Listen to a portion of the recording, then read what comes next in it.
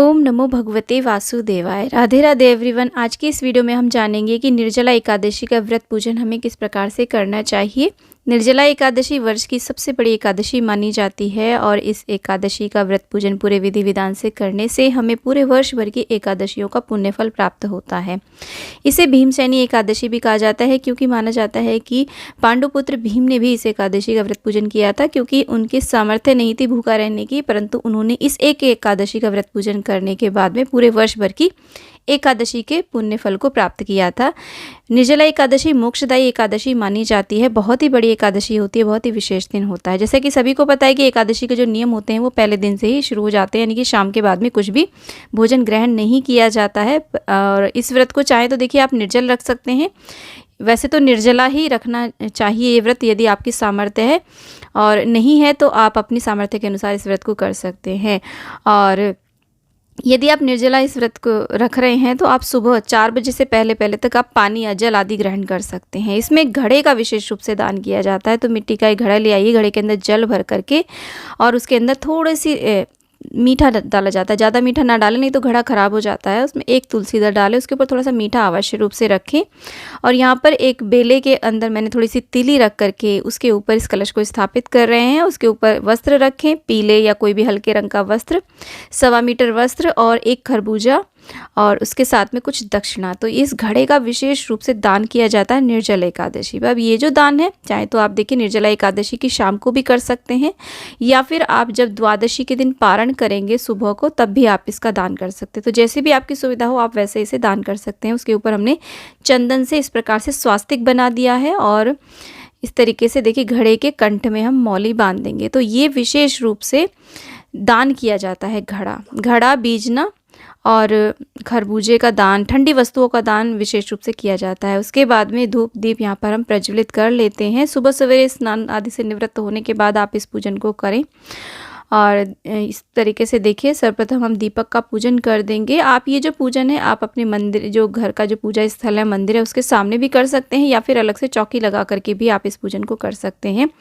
अक्षत के रूप में एकादशी के दिन हम यहाँ पर तिली का प्रयोग करते हैं। तो सभी को हमने देखे यहाँ पर अक्षत पुष्प अर्पित कर दिए हैं। जल का छींटा दे करके स्नान करा देंगे। लड्डू गोपाल जी को हमने पहले ही स्नान करा दिया है। इसके बाद में हम सभी को टीका करेंगे। इस प्रकार से जो भी मंदिर में प्रतिमाएं हों, तस्वीरें हों, उनका हम इस प्रकार से पूजन कर देंगे। गणेश जी का ध्यान करेंगे। बहुत ही विशेष दिन होता है। इस दिन जल का दान महादान माना गया है। स्वयं प्यासे रह करके जल के भंडारे लगाए जाते हैं। जगह जगह पर मीठे शरबत बांटे जाते हैं। इस प्रकार से देखिए सभी को हम पुष्प अर्पित कर देंगे और तिली अर्पित कर देंगे इस तरीके से। और तुलसी दल अवश्य रूप से अर्पित करेंगे। साथ में देखिए इस पूजन को करते समय आप ओम नमो भगवते वासुदेवाय मंत्र का जाप कर सकते हैं, विष्णु सहस्त्र नाम का जाप कर सकते हैं, श्री सूक्त का पाठ कर सकते हैं। एकादशी के व्रत की कथा हमें अवश्य रूप से सुननी है। सभी में तुलसी दल का प्रयोग करेंगे। जो भी भोग नैवेद्य हम अर्पित करेंगे उस पर सभी हम तुलसी दल अवश्य रूप से रखेंगे। गणेश जी के लिए आप अलग से भोग प्रसाद अर्पित कर सकते हैं। उसके बाद में हम इस प्रकार से आरती कर देते हैं।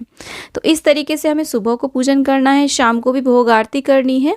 पूरे दिन हो सके तो निर्जल रहें और शाम को भी जल नहीं पिया जाता है। अगले दिन द्वादशी के दिन पारण के समय जल पिया जाता है।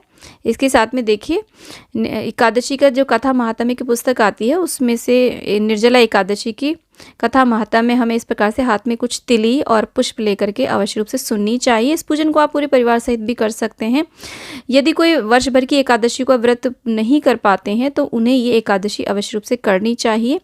व्रत अपनी सामर्थ्य के अनुसार चाहे तो देखिए निर्जल कर लीजिए, नहीं तो सिंपल जैसे आप एकादशी का व्रत करते हैं फलाहार रह करके, या फिर सिर्फ जल पी करके, या फिर जूस दूध आदि लेकर के, जैसे चाहें वैसे रख सकते हैं। लेकिन अगर आप इसे निर्जल करते हैं तो बहुत ही विशेष रहता है। इस प्रकार से देखिए कथा सुनने के बाद में तिली आदि को हम प्रभु के चरणों में छोड़ देते हैं। इसके बाद में हम प्रार्थना करते हैं, क्षमा याचना करते हैं। तो इस तरीके से हमें निर्जला एकादशी का व्रत पूजन करना होता है। जो भी हम यहाँ पर भोग नैवेद्य अर्पित करते हैं वो आप वितरित कर सकते हैं। इस घड़े को आप दान कर दें। ये घड़ा दान किया जाता है, बहुत ही विशेष माना जाता है। निर्जला एकादशी के दिन इस घड़े को दान करना ये दान आप एकादशी की शाम को कर सकते हैं, या फिर आप द्वादशी के दिन सुबह को अपने व्रत के पारण करने से पहले भी इस घड़े का आप दान कर सकते हैं। आप चाहें तो देखिए अपनी सामर्थ्य के अनुसार और भी बहुत सारी वस्तुएं दान कर सकते हैं।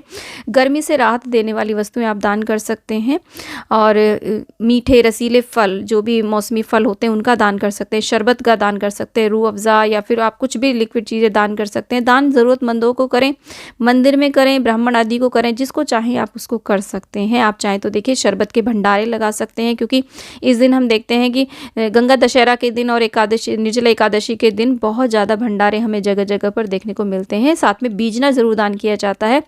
बीजने की जगह पर आप इलेक्ट्रॉनिक कोई भी पंखा आदि भी दान कर सकते हैं। तो उम्मीद करती हूँ कि ये वीडियो आपके लिए बहुत ही ज्ञानवर्धक रहा होगा। वीडियो थोड़ा भी ज्ञानवर्धक लगा है तो वीडियो को लाइक, चैनल को जरूर सब्सक्राइब करें। राधे राधे।